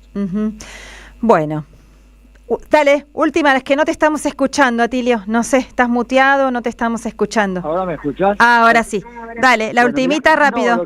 Vamos. Lo que le quería decir a Jorge, en apoyo a lo que nos ha dicho, es que las encuestas últimamente, por primera vez, están demostrando que el grupo de jóvenes de menores de 35 años en Estados Unidos por primera vez demuestran estar más a favor de una economía planificada por el Estado que una economía de libre mercado. Wow. Es una diferencia pequeña pero muy significativa y que significa un giro de 180 grados en lo que era la opinión establecida, en donde antes era la economía de mercado que ganaba por muerte y ahora gana aquellos que dicen una economía planificada es mejor que la economía. Eso en apoyo a lo que Jorge nos estaba diciendo. Y perdón si no pude hablar antes. Muy interesante. Sí, muy rápido. Eso es cierto, pero están discutiendo sobre una retórica vieja y creo que la retórica nueva o la conciencia nueva también está surgiendo. La idea de mercado versus economía planificada es un mito, porque en Estados Unidos la economía ha sido dirigida por el gobierno y ha sido una economía de los monopolios oligárquicos. No ha sido una economía de libre mercado como nunca lo fue, y mucho menos en las colonias, nunca fue economía de libre mercado. Eso fue imposición a fuerza de golpes de Estado, a fuerza de cañón, desde las viejas compañías bananeras y otras compañías. Entonces, lo que se está dando cuenta la gente es de que esa economía o ese gobierno al servicio de las oligarquías, de los monopolios de unos pocos, como Elon Musk, Amazon, Apple, etcétera, eso es injusto y no está redituando en absoluto alquilar o independizarse. Eso ha provocado, y más con los ejemplos como Mandami, etcétera, una nueva conciencia de que estaban viviendo en una mentira total y que el gobierno, en lugar de financiar a los grandes millonarios y las grandes oligarquías, debe apoyar fuertemente a la clase trabajadora, que esa es su función de justicia en escenario de justicia social. Bueno, bastante esperanzador, Jorge, te agradecemos muchísimo y bueno. Sí, pero los poderes tienen siempre la virtud para ello o el poder de destruir todas las esperanzas nacientes, pero vamos a ver. Sí, tal cual. Esperemos que esta vez el pueblo estadounidense sea capaz de impedir eso y bueno, es una plutocracia, como siempre lo dice Atilio. Jorge, te saludamos, te agradecemos mucho tu participación en Diálogo Internacional. Un abrazo, Paula y Atilio. Hasta pronto. Bueno, qué interesante análisis y la verdad que también vamos a seguir otro día con Jorge porque está más que interesante, pero ahora rapidito y así intensamente como es Diálogo Internacional, vamos ya a meternos con la otra cara de la moneda, porque si hablamos recién del imperialismo, ahora vamos a hablar de la resistencia y de la dignidad de la vida y de la humanidad, que es Cuba, y que por eso que acabo de decir, por su resistencia, por su dignidad, por su ejemplo de rebeldía, de justicia social, de socialismo, por eso está en la mira de esta plutocracia de Estados Unidos. Y por eso ya estamos en comunicación con Leonardo Baster. Él es el encargado de negocios de la Embajada de Cuba, es el jefe de la misión diplomática actual. Recién lo escuchamos hace un ratito en una hermosa locución que le invitamos a todo el mundo a buscar en el acto en la Federación de Vox ante las organizaciones populares, y ahora tenemos el orgullo y el honor de recibirlo aquí en la radio de las Madres de Plaza de Mayo en Diálogo Internacional. ¿Cómo estás, Leonardo? ¿Qué tal? Acá estamos Atilia Borón y Paula Klachko. ¿Qué tal? Hola, Paula, un abrazo a ti y a Atilio y a los amigos de la radio.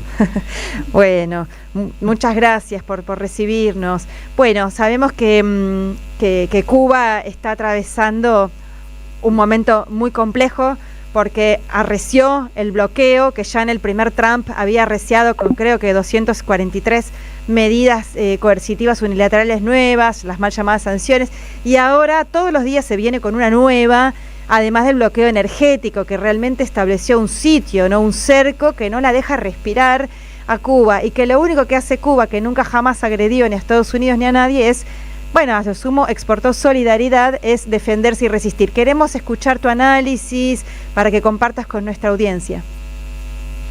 Sí, cobra vigencia lo que decía Fidel, que no se trataba ni de un embargo ni de un bloqueo, era una guerra directamente. Nuestro ministro de Relaciones Exteriores hace unos días, en una presentación hasta la prensa, ante la prensa lo calificaba como una guerra multifacética, multidimensional, de la cual el bloqueo, la asfixia económica es un eje, pero hay una guerra comunicacional y mediática también contra Cuba, que en estos días juega un papel fundamental porque el gobierno de los Estados Unidos pretende construir la narrativa de que Cuba en algún escenario posible podría significar una amenaza para los Estados Unidos.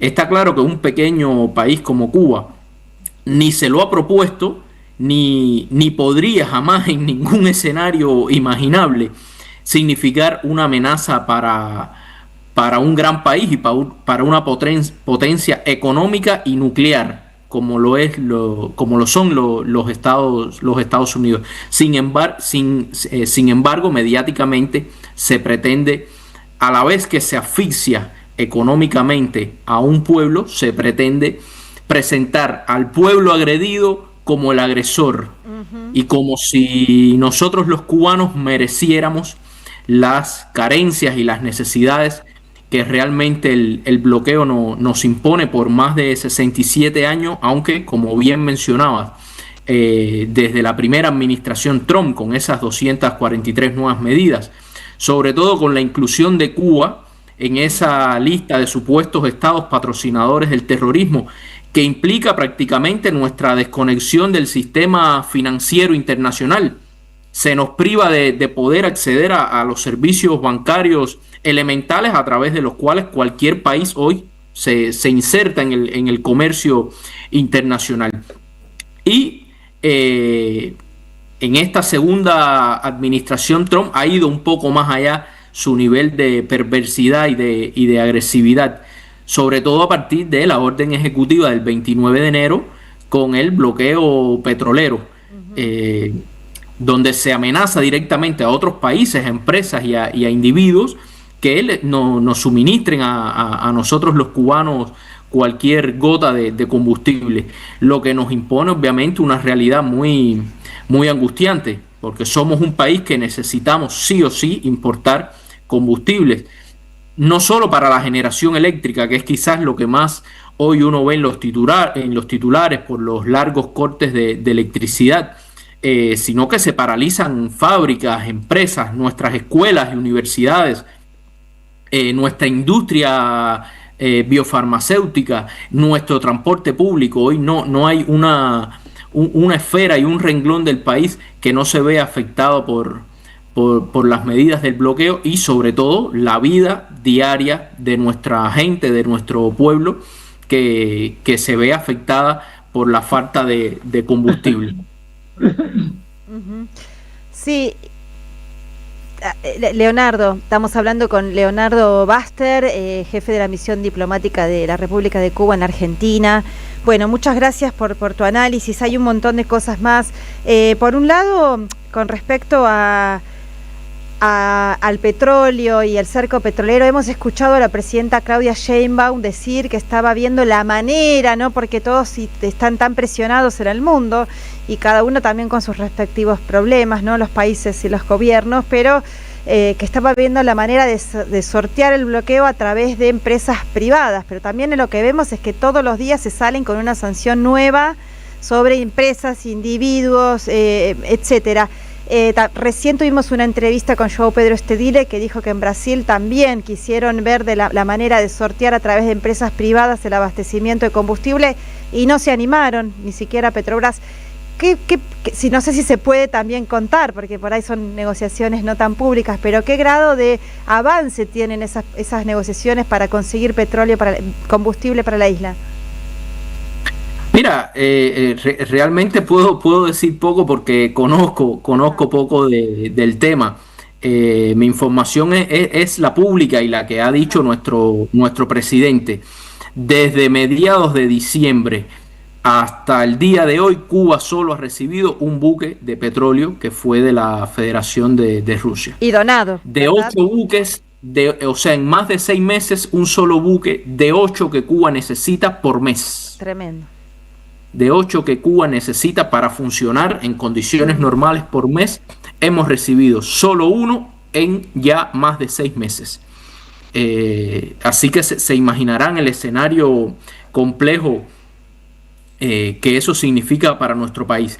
De México y de su presidenta, aprovecho por supuesto, ya que lo han mencionado, para agradecer la dignidad y la solidaridad histórica del pueblo mexicano con Cuba.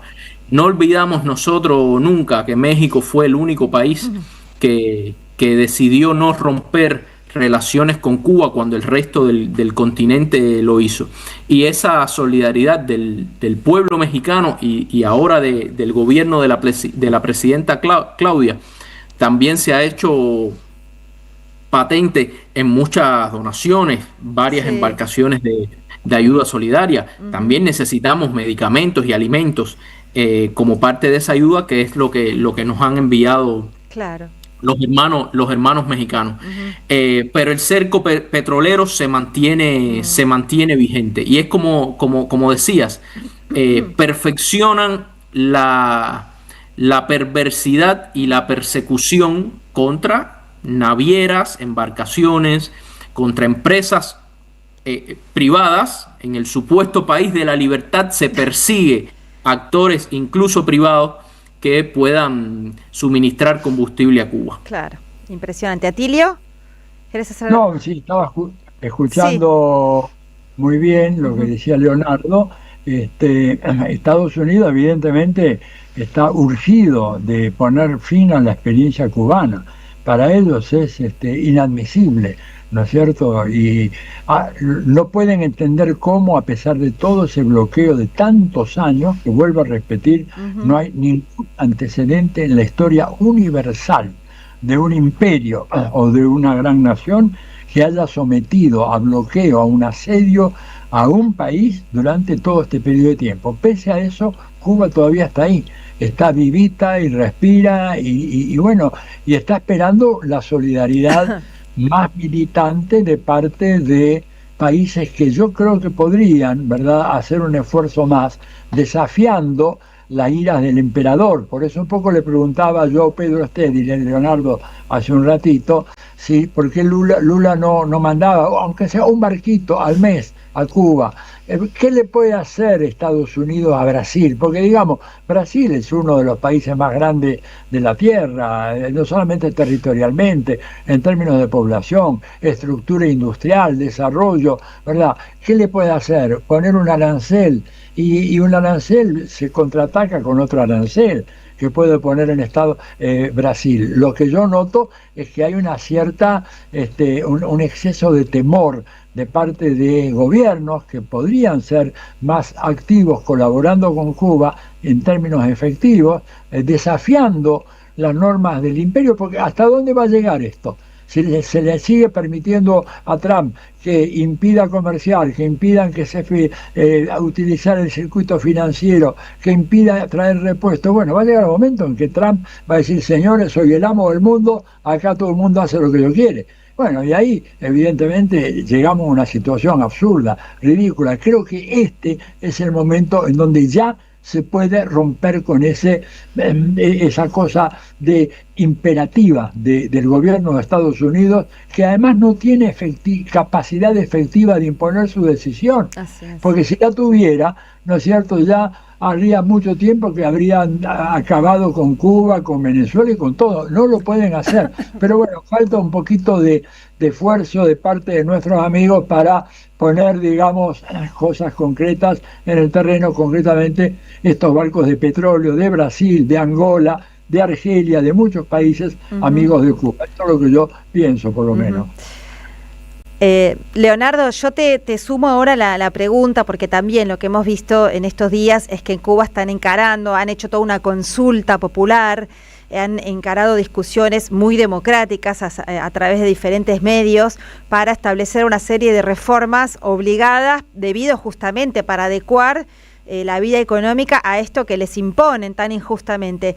Se habla de estas 176 reformas, que bueno, tiene que ver, no sé, no te digo que nos expliques todo porque también nos demandaría todo un programa entero, pero por ahí el corazón de las reformas, de qué se tratan, bueno, qué esperan de esas reformas, y también conlleva algunos riesgos, bueno, en fin, a ver. Bueno, primero, como bien decías, en Cuba todo se discute. Contrario a las críticas y a quienes cuestionan constantemente nuestro sistema democrático, si hay un país donde se discute todo a nivel popular, desde la Constitución hasta un código de familia, el código laboral, cualquier cosa se discute en los centros de trabajo, en las universidades y en los barrios. No, la legislación cubana no reposa única y exclusivamente en nuestro Parlamento, en nuestra Asamblea Nacional, sino que se aterriza en las calles para que el pueblo discuta y plantee sus inquietudes. Efectivamente se dieron a conocer 176 medidas organizadas en 23 ejes temáticos que implican cambios importantes y reformas de tipo económico. Hay que decir que muchas de estas cuestiones vienen tratándose hace más de 10 años en Cuba, en un proceso que inició, o incluso te diría más, porque algunas incluso en el periodo especial empezaron a tratarse, de manera que no son cuestiones absolutamente novedosas para nosotros. Claro. Y en tiempo más cercano, hace 10 años, cuando empezaban a hablarse de los lineamientos de nuestro sistema socioeconómico, ¿no? Algunas cosas que debíamos actualizar, el propio Fidel lo señaló en algún momento y de cierta manera lo recogió en su concepto de revolución, que había que cambiar todo lo que debía ser cambiado. Claro. Y obviamente en un contexto de un incremento de la voracidad y de la agresión imperialista, uno debe también revisarse, y en primer lugar hay que decir que estas medidas son una decisión soberana, no que nos la estén poniendo el imperio o el gobierno de los Estados Unidos, si bien se han anunciado en un contexto de mayor agresividad. Y lo fundamental, como señalaba el presidente Díaz-Canel y el primer ministro Manuel Marrero, es que nuestro sistema hay que perfeccionarlo, porque en un sistema que descansa en la justicia social, en la distribución equitativa de la riqueza, lo primero que hay que hacer es producir esa riqueza. Es una deuda que tenemos nosotros los cubanos, depender menos de las importaciones y estimular internamente todos los actores posibles para producir en Cuba las cosas que necesitamos. Es un grupo muy amplio de temas que va desde el sector financiero al sector productivo. Creo que es un reclamo también el empoderamiento, que ya se venía viendo, de los municipios, que sean los municipios los que tengan la autonomía para aprobar inversiones a partir de las necesidades que puedan existir en cada territorio, que no son iguales en todos los municipios del país, lógicamente. De manera que hay un empoderamiento también de las bases, de las estructuras más de bases, como es un municipio, que hoy lo dirige un intendente. También habrá, lógicamente, una reestructuración de nuestro aparato estatal, que realmente es muy amplio. Ya se anunció una reducción del número de ministerios, que ahora pasan a ser 20. Y lo más importante es que el objetivo de esto es, en primer lugar, defender la patria, en un escenario extremadamente peligroso, perfeccionar nuestro sistema, porque un sistema que no es capaz de producir riquezas, como ya les mencionaba, lógicamente no es sostenible en el tiempo.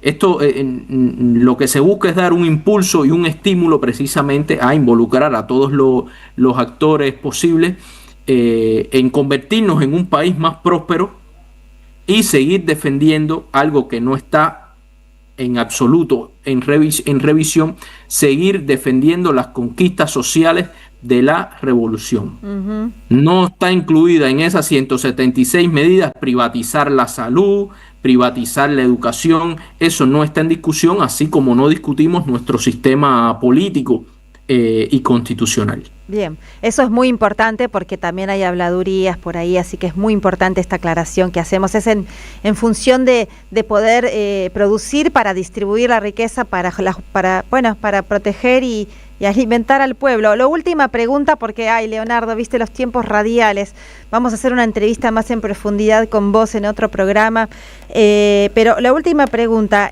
¿no se cansan tampoco de amenazar militarmente a Cuba, como no la pueden vencer con todas las boicot y los bloqueos y la asfixia y todas las cosas que le han hecho durante tantos años? Ahora vuelven como lo hicieron en Playa Girón, vuelven a amenazar militarmente todos los días. Acá el virrey de Estados Unidos en Argentina, el señor Lamelas, también acaba de decir incluso que él es cubano y que se fue a los 4 años y que estaba deseoso y que estaba esperando ver que hagan lo mismo que hicieron en Venezuela, en Cuba. Bueno, ¿qué puedes decir frente a estas amenazas casi cotidianas? ¿Cómo lo viven en Cuba? ¿Y cuánta seriedad tienen? Esa es la pregunta. Sí, primero hay que decir que estas amenazas descansan en la capacidad, uno diría que patológica, para mentir casi a diario del secretario de Estado de Estados Unidos y de varios funcionarios de ese gobierno, que instalan, incluso desde la primera administración Trump, instalan mentiras que puedan servir de pretexto para una eventual agresión militar a Cuba. En su momento fueron los supuestos incidentes sónicos o acústicos que afectaron al personal, o que supuestamente afectaron a personal diplomático norteamericano en La Habana. No se ha demostrado jamás esa acusación. Después, y lo mantienen hasta hoy, empezaron a hablar de supuestas bases militares chinas en Cuba, algo totalmente falso y también carente de pruebas por parte del gobierno de los Estados Unidos.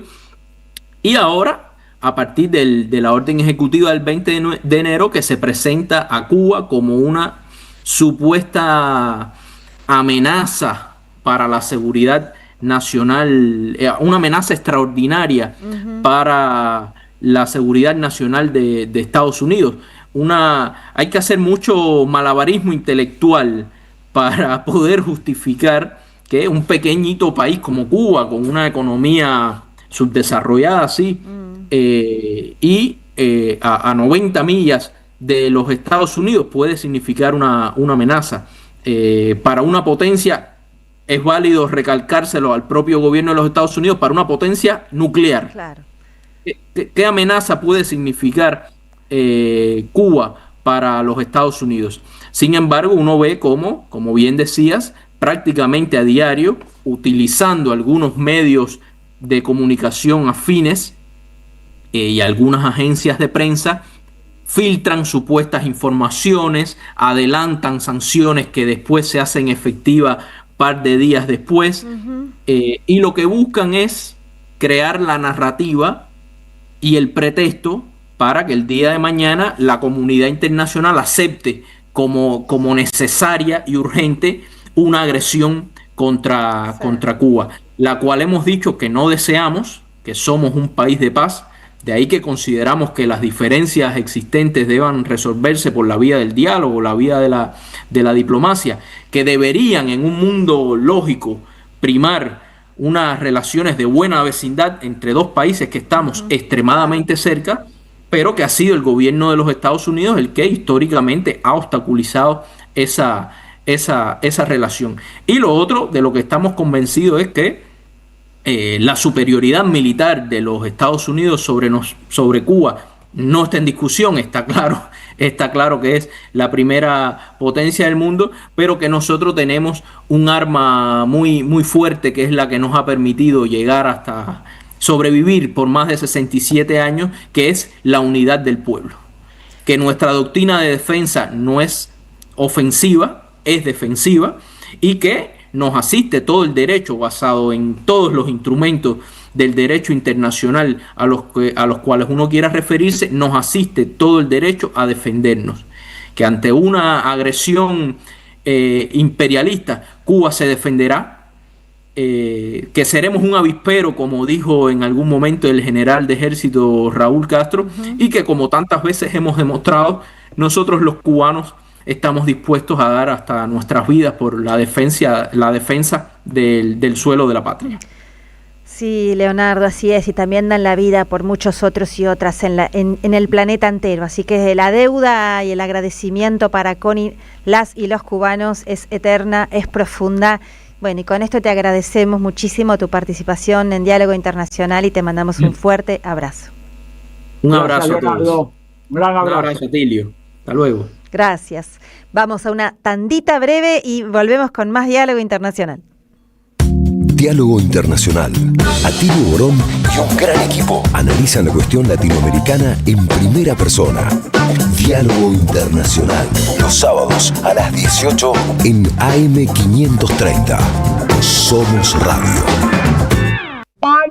La comunidad 530 ya es una realidad y necesitamos que siga creciendo. Tu suscripción es imprescindible para que esto sea posible. Súmate a la comunidad 530. Tendrás la posibilidad de recibir entradas de teatro, recitales, invitaciones a charlas y descuentos en productos y comercios. Banca a la 530. La radio de las madres te necesita. Si tenés dudas, escribinos 11 64 19 16 50 o envíanos un correo info@am530somosradio.com. Yerba mate La Buena. Conserva el aroma y sus propiedades de origen. Libre de gluten, buena calidad y buen precio. Toma mate y seguí escuchando la 530 con Yerba Mate La Buena. Tu compañía de vida y buenos momentos. ¿Tu negocio necesita más clientes? Entonces necesitas estar donde la gente escucha, mira y participa. Hoy la radio ya no es solamente radio. En AM530 tu marca entra a una comunidad real. Aire, streaming, redes sociales y menciones en vivo. No importa si tenés un comercio, una pyme o un emprendimiento. Armamos campañas accesibles, creativas y pensadas para que inviertas mejor y vendas más. Porque cuando una marca conecta con una comunidad, se vuelve parte de la conversación. Mándanos un WhatsApp al 11 64 19 16 50 o escribinos a nuestro mail anunciosam530@gmail.com y armemos juntos una propuesta para tu negocio. Diálogo Internacional. Hasta las 20 en AM530. Somos Radio.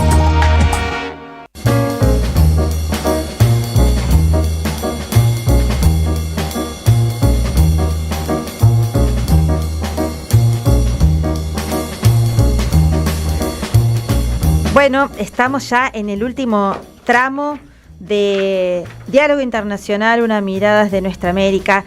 Y bueno, se nos va el programa, pero no podíamos dejar este programa sin tener una voz de una compañera desde nuestra amada tierra bolivariana, la República Bolivariana de Venezuela, que está pasando por uno de sus peores dramas de su historia, ¿no? Este terremoto terrible que, bueno, la pone una vez más en el ojo, en el centro de la escena internacional y en este momento, bueno, por el drama que viven, pero también mucha solidaridad. Por eso estamos comunicadas con Carmen Navas.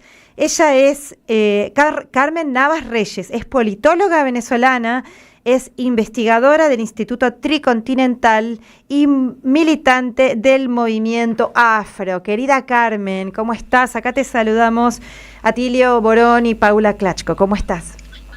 ¿Cómo estás, Atilio? ¿Cómo estás, Paula? Un gran gusto oírlo. Paula, un abrazo grande. Bueno, aquí estoy en la descripción que tú has hecho también, en esta Venezuela que está pasando por uno de sus momentos más graves de la historia conocida, ¿no? Uh-huh. Entonces, pero de esa misma forma estamos aquí dispuestos a recuperarnos y todo lo que se necesite para atendernos, y agradecer de nuevo la solidaridad y ese interés en oírnos.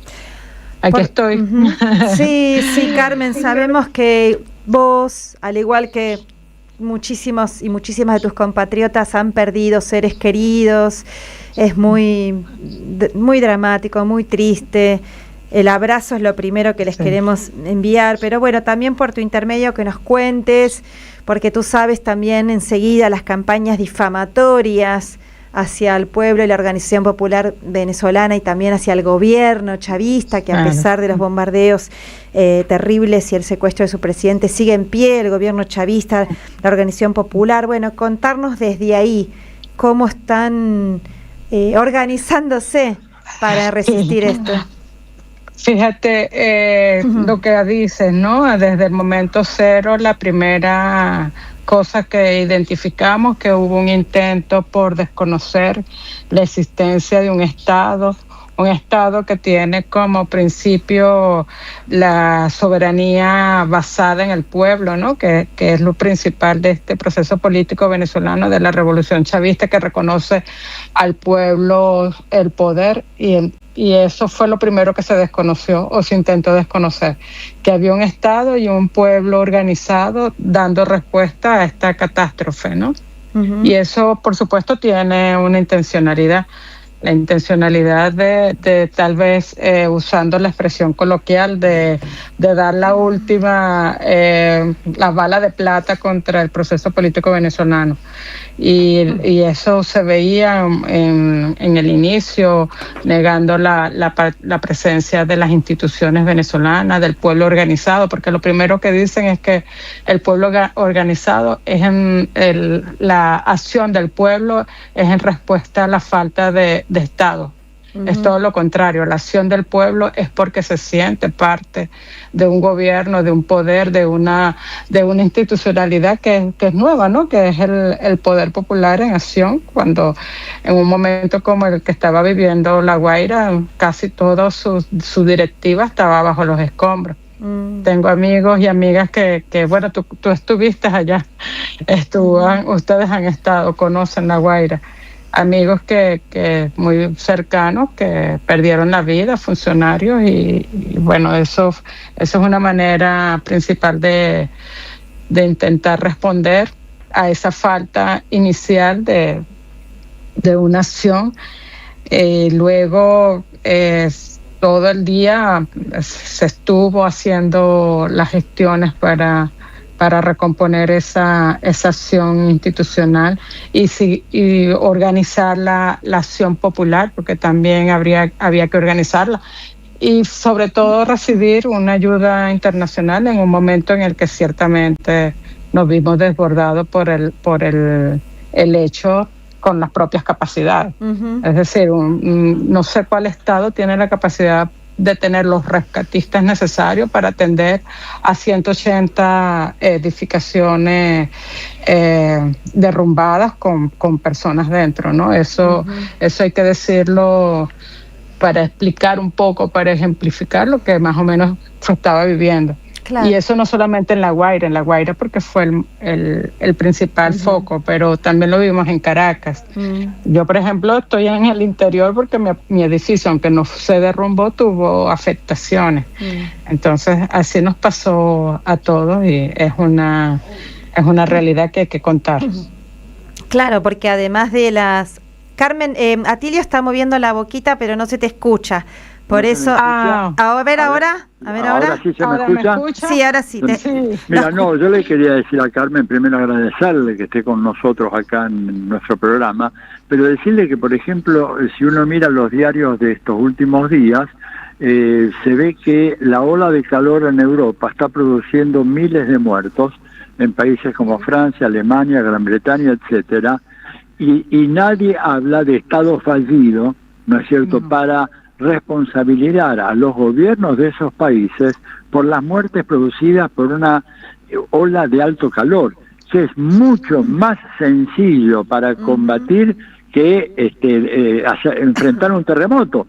Y sin embargo, la prensa canalla, sicaria, miserable, ¿no es cierto?, dice Venezuela es un estado fallido, por eso no puede responder ante las exigencias que propone un terremoto y la reconstrucción, y no dice ni una palabra de estados que simplemente, o gobiernos que simplemente habilitando espacios con aire acondicionado podrían evitar que se mueran por miles en sus respectivos países. Eso te quería simplemente recordar como una cosa importante para ver el doble estándar con el que se manejan el sicariato mediático.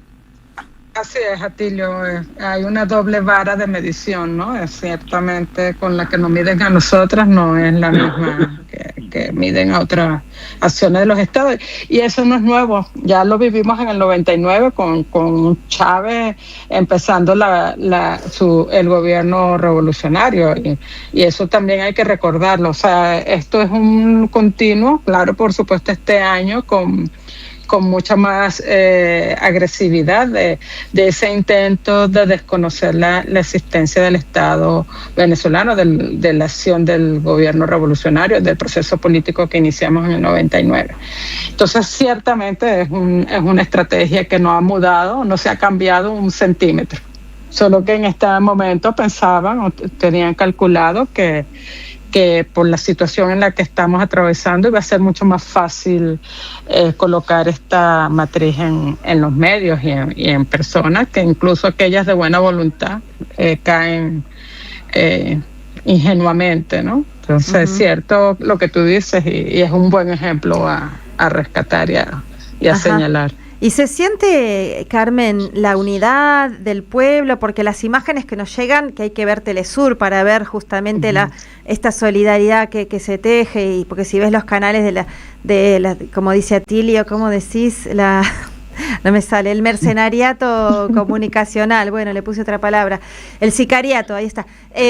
Si ves otros, muestran todo, bueno, una tergiversación, qué sé yo, pero ¿qué se vive respecto a la respuesta del pueblo, la solidaridad? Para terminar te hago esta pregunta porque, bueno, se nos va el programa. Sí.